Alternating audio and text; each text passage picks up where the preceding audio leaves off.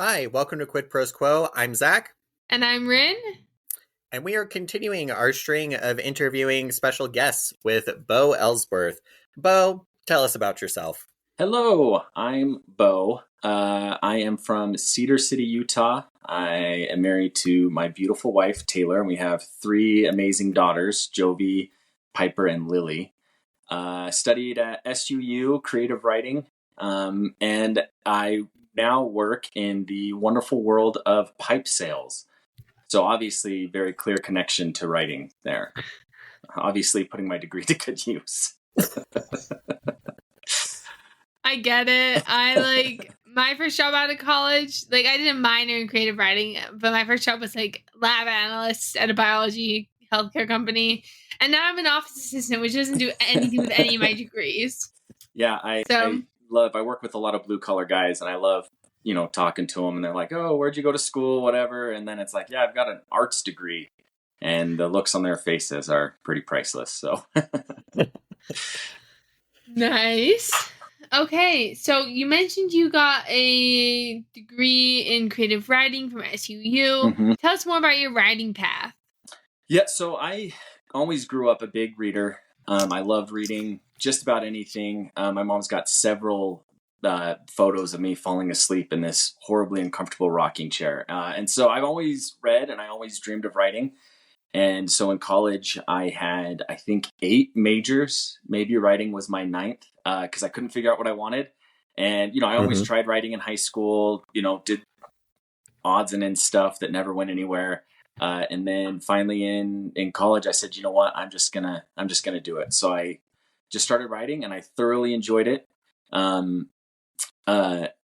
I will be honest. I think I know I thought I was better than I actually was. I thought the writing degree was this is just so I can get, a piece of paper that says I'm good at writing, but I'm already going to be the next big thing, obviously. Right. And that is not the case. And the way I think most degrees do it this way, you have to take classes in all the different types of writing, like poetry, nonfiction, fiction, everything. Right. And I was blown away at how difficult it was. And I would not consider myself a super successful writer in college, in that I didn't get published by any of our student papers, any of that. And yeah, so I left college thinking that SUU had misunderstood me, didn't understand my writing, got a job somewhere else, and then just kept writing on the side, just kind of kept chugging along, putting words on paper. Then I tried self-publishing with a children's picture book, and failed at that. I think I was talking to my family, and my mom was like, oh, I bought 10 of those. And I was looking online, and I think it sold 22 total copies. So I was like, oh, thanks, Mom. That's very nice of you. Yeah, I get it. Yeah. I think that brings us to the topic of our episode, which I don't think we've actually mentioned yet, but failing forward. Yes, yeah. Bo, what does it mean to fail forward, and why is it important? So here's the thing. The reason I was going through all my failures with that is because of failing forward. And I think failing, especially in an industry like writing, is only as big of a failure as the lesson you are unwilling to learn. In other words, if you can learn a lesson from what you just failed at, then you can be successful. And then that failure is okay. Another way of putting that, it was at a conference not too long ago, and I don't remember who said this, so this is a terrible quote. But they said that the purpose of writing is just to continue to play the game. It's not to finish. You don't publish your book and say that you're done. The goal is just to keep playing. And obviously you want to play at higher levels, just like a video game. You want to advance through. But if the goal is to keep playing, even if you're just writing for your own, in your own journal, in your own diary, in your own Word document, whatever, that's great. That's a success. If you want to publish, well, then that's another hurdle you got to leap. But even if it doesn't happen, or doesn't happen quickly, then, the goal is to keep playing the game, to keep writing. And so I think if you can learn a lesson, then you can fail forward. You failed, but you can move on, and you can be better because of it. Yeah. That's great. One of the things that is tough about failure is that it's very easy to get discouraged after you you run up against something and it doesn't go the way that you want it to. Do you have any tips for getting over discouragement or moving through discouragement as far as like when is it okay to be sad? When do you pull out the lesson? When do you move on? Like, what does that kind of look like for you? Yeah. Okay. And I love this question. So after college, I worked in the mental health field. So I talked to a lot of kids, like troubled teens, about failure, right? And for them, their failures were a lot more obvious because it was like, well, you've got a pretty serious addiction. And so failure is a little bit more in your face. And so there's a lot of conversations about this. And the truth is it's kind of up to you. You know what I mean? Mm-hmm. That you can look at something and say, this failure was so bad, I'm done. You can say, I failed so hard that I'm never going to do that again. You put your heart and soul into a novel and you get your manuscript done and you can't get it published anywhere. You can say, that's it. You can say, I'm out of here.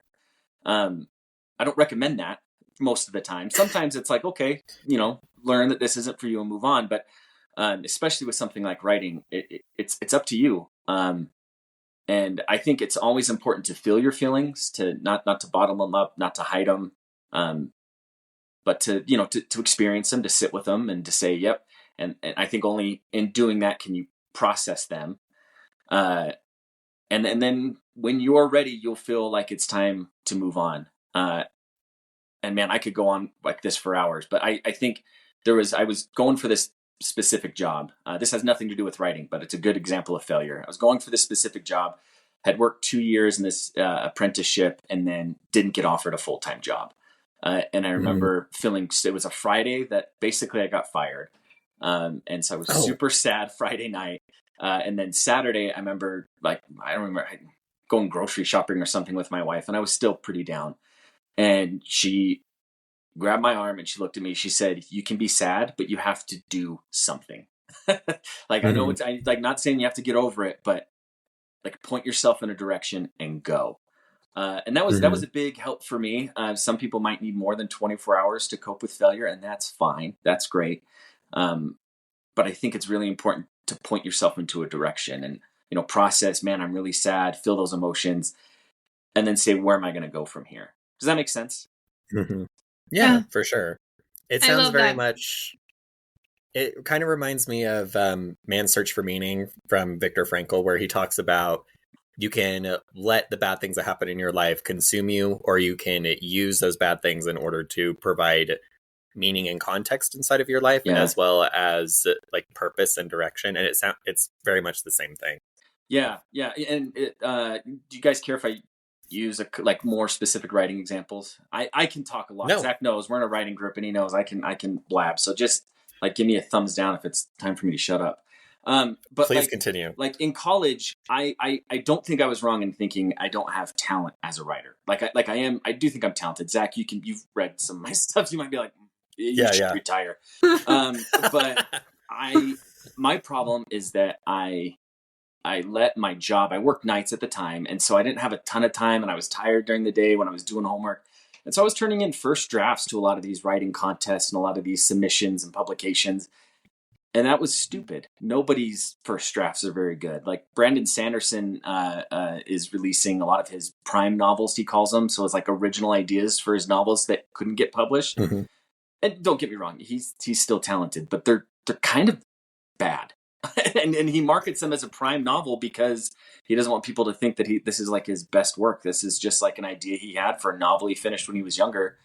And it's not very good. And I'm much less talented than him. And so taking time to say, well, maybe I can't submit this today. Maybe I need to spend a week or two to edit, learn from that. Learn about writing groups. That's a lesson I'm kind of swallowing, that you need people, like sending something to your mom. Most of the time she's just too supportive. At least my mom, she just thinks the world of me, which is great for a mom. I love her. But if I send something to her, she's going to be like, yeah, this is awesome. This is fantastic. And I'm not going to get good feedback. I send something to Zach and we're in the same writing group and he'll be like, yeah, this is good. But honestly, this idea is kind of garbage and you need to change it in a very nice, supportive way. But then it's like, okay, now I can improve. And this turns into a small failure with an easier lesson rather than a large failure with a much harder pill to swallow. Does that make sense? Yeah, for sure. That was That was one of the themes of one of the addresses at my graduation last week, was controlling for failure and planning for safe failure. And writing groups are a good way for you to do that kind of safe failure, where it's contained, it's within a small group, and you have time to recoup and to move forward. I think working with an editor is another safe way of failing in a controlled setting, where you can be like, wow, this sentence is illegible, but at least my editor caught it first, rather than this reader being like, this is horrible. Like, what am I supposed to do with this? Yeah.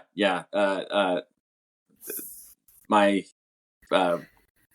editor, they calls that a brick wall, where it's a sentence so bad that you read it and you're like, well, I'm done with this book. Like that's just, you screeched on the brakes, no matter where it is. It's like, oh, I can't, this is so bad. I'm done reading this book now. So what kind of preparation goes into like failing forward, besides this, like, you talked about mindset. You can do after. Yes. Yeah. So, okay, I'm going to steal this story from the book, The Subtle Art of Not Giving an F, which is a fantastic book. It says the F word a lot. So, anybody who's listening, if you enjoy the F word, it's a great read. If you don't enjoy it, you won't like that book. But I think the life lessons in it are phenomenal. And they talk about, oh gosh, now I forgot his name. Hold on. I got it in my notes right here. Dave Mustaine, who got kicked out of Metallica right before Metallica was going to record. Like, he was with Metallica when they signed their label, and then they fired him right before they recorded. And if my memory is certainly correct, it was like the day before recording, right? So Metallica goes on to be like the #1 metal band in the world, one of the best selling bands of all time, right? That's heartbreaking. That's a tough loss. And Mustaine, he goes and forms another band, which is Megadeth, which is like one of the biggest metal band. Like, any metal listener knows both Metallica and Megadeth. And really, if you talk about quality, they're about the same. Just Metallica's always outsold Megadeth. And so his whole career has felt like a failure, and has felt like he is not successful because he's never caught up to Metallica. But if you take that into a different context, I'm sure anybody else who had made a band as successful as Megadeth feels like $1 million. They feel incredible. They feel, they're like, man, I did it. I made it. And so I think #1, you have to not say my goal is this. Or no, let me rephrase that, because having a goal is a good thing. To say, I will be happy when I do this, right? I will be happy when my book is published. Because I'll tell you, I have 2 books that are published. One of them I did through self-publishing, one of them through a traditional publisher. The traditional publisher sold like 75 copies, so far more successful. But with both books, I was like, now that I'm published, I'm going to be happy. And with both books, I'm like, man, that's kind of an underwhelming response. I feel like I would have more than 75 friends on Facebook that would be like, yeah, I'll buy your book just because I know you. And apparently I don't, right? Like, apparently I don't have that much support. But I think the idea is that, like, if I go ahead of time saying this is going to be a learning experience, and then whatever happens, that I'm going to be happy just because I'm playing the game, or I'm happy because I'm submitting a query letter. I'm happy because I'm on the road. And then having moments to say, let's stop and restock. A lot of times I think a great time to do that is just before bed, or just when you get up in the morning. Journaling is a good time to say, what lessons did I learn today? But it doesn't even have to be that official. Taking time just to stop while you're driving your car and be like, what have I learned? Which sounds cheesy, but we all have plenty of time where it's kind of quiet, where you can take a few seconds of like, where am I going with this? What can I do better next time? Or even what can I change about it doesn't have to be your next book or your next event. Just how can I change directions for what I'm currently working on? If that makes sense. So just not saying I'm going to be happy when this happens. I'm not going to be happy. I won't be happy until I'm a #1 national bestseller. Because that might never happen, but I'm going to be happy as I keep working. I love that. That's like talking about like mindset shifts, which I think is really important. Like, My next question was, because I based off the Dave Mustaine story, was going to be, how do we get past that feeling of never having made it? But maybe you kind of answered that already with it, like, don't say I'll be happy when. Yeah. I would say, I would say that. And I want to say it's important to have like goals and milestones, to say, like, I want to finish my manuscript by the end of the year, or I want to submit to so many publishers this month, or whatever. Like have like a hard number. And then if you reach that goal, analyze if it was successful or not. And if you don't reach that goal, ask yourself why not, and then keep going, readjust from there. But I think goal setting is important, but you just don't want to base your sense of worth off of whether or not you accomplish those goals. Yeah. Yeah. I've noticed a lot with some of the goals and things that you've been talking about, Bo, is that you're looking for goals and things that are within your circle of control rather than the things that are outside of the circle of control.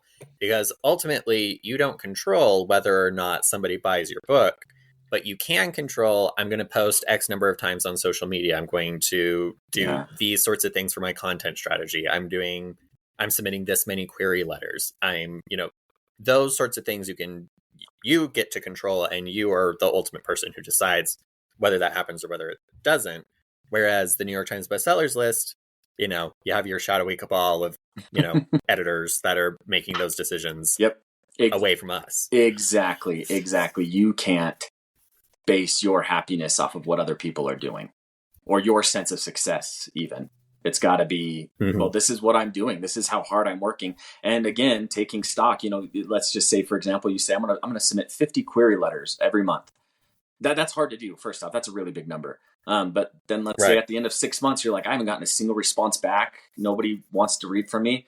Well, then maybe the goal isn't to do 75. Maybe it's to say, well, this month I'm going to go back and study query letters and study submissions and see how to do this more effectively, rather than, what's the definition of insanity? Doing the same thing over and over again, expecting different results. Yeah. So, I think that goes into it too. And that only works if it's a goal, or if it's, a goal that you have control over. You can't learn anything from something that other people are doing, if that makes any sense. Yeah, for sure. I think I'm out of questions. I feel like you explained this really well. Zach, do you have any follow-up questions? We're also coming up on time. I think my sort of wrapping up question is actually more about you. Could you tell us about what is next for you? Like, what are you working on right now, and where our listeners can find you? Yeah. So right now I have one book that's really available. So if you look up Bennion Ellsworth on Amazon, Bennion, Ellsworth, Ellsworth, you'll find my book, Jovi Jade and the Monster Under Her Bed. It's a cute little early reader chapter book written for my oldest daughter, Jovi. I think it's adorable. It's wonderful for early readers. A lot about being brave in the face of fear. If you want to read more about me, I'm not fantastic at keeping my website up to date, but you can find me at BennionEllsworth.com, and I'll keep stuff on there. I usually post stuff about what I'm reading and whatnot. And then hopefully I have a book, Piper Page Will Touch the Stars, for my second daughter that I am hoping to hear back soon and have a place, find a home for that one. So got a couple cool things coming up, and hopefully we get some more books out there. But that's what I got for now. Cool. Awesome. Thank you so much. Absolutely. Listeners, this has been Bo Ellsworth talking about failing forward. And this has been Quid Pros Quo. Thank you so much. See you next week. Quid Pros Quo is hosted by DC Winters and ZK Jensen.